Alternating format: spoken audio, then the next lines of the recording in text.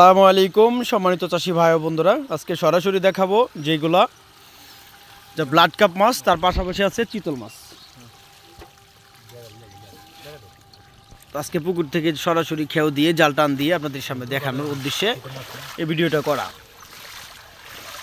এখানে blood carp আছে একটু ছোটো, আর চিতল মাছগুলো হলো যা 5, 6, 7 এরকম অ্যাপারিসে সাইজে রয়েছে। তো অবশ্যই ভিডিওটা দেখতে থাকেন। অনেক চাষিদের আগ্রহী হয় যে চিতল মাছের পোনা চাষ করতে বা ব্লাড কাপ মাছের পোনা চাষ করতে।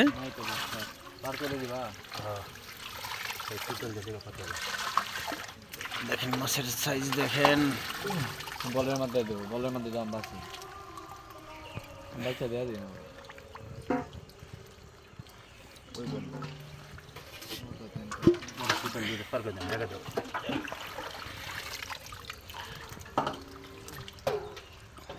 শীতল পোনা খায়ালাই না।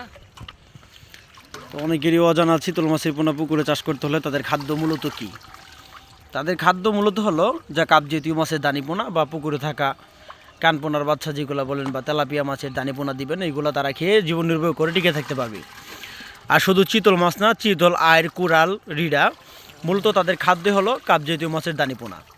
তারা এইসব খাবার খেয়ে তারা জীবন নির্বাহ করে টিকে থাকে। আর ব্লাড কাপ মাছ কী জন্য চাষ করবেন? ব্লাড কাপ মাছ বিশেষ করে শামুক খাওয়ার জন্য বা পুকুরে বেশি থাকা প্লান্টনের কারণে, এই জন্য ব্লাড কাপ মাছ পুকুরে চাষ করতে হয়।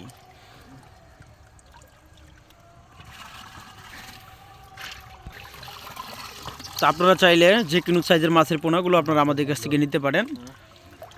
আমাদের এখান থেকে সমগ্র বাংলাদেশের যে কোনো স্থানে আমরা সকল ধরনের মাছের পোনা হোম ডেলিভারির মাধ্যমে বিক্রয় করে থাকি, বা এসে দেখে শুনে মাছের পোনাগুলো আপনারা নিতে পারেন আমাদের কাছ থেকে।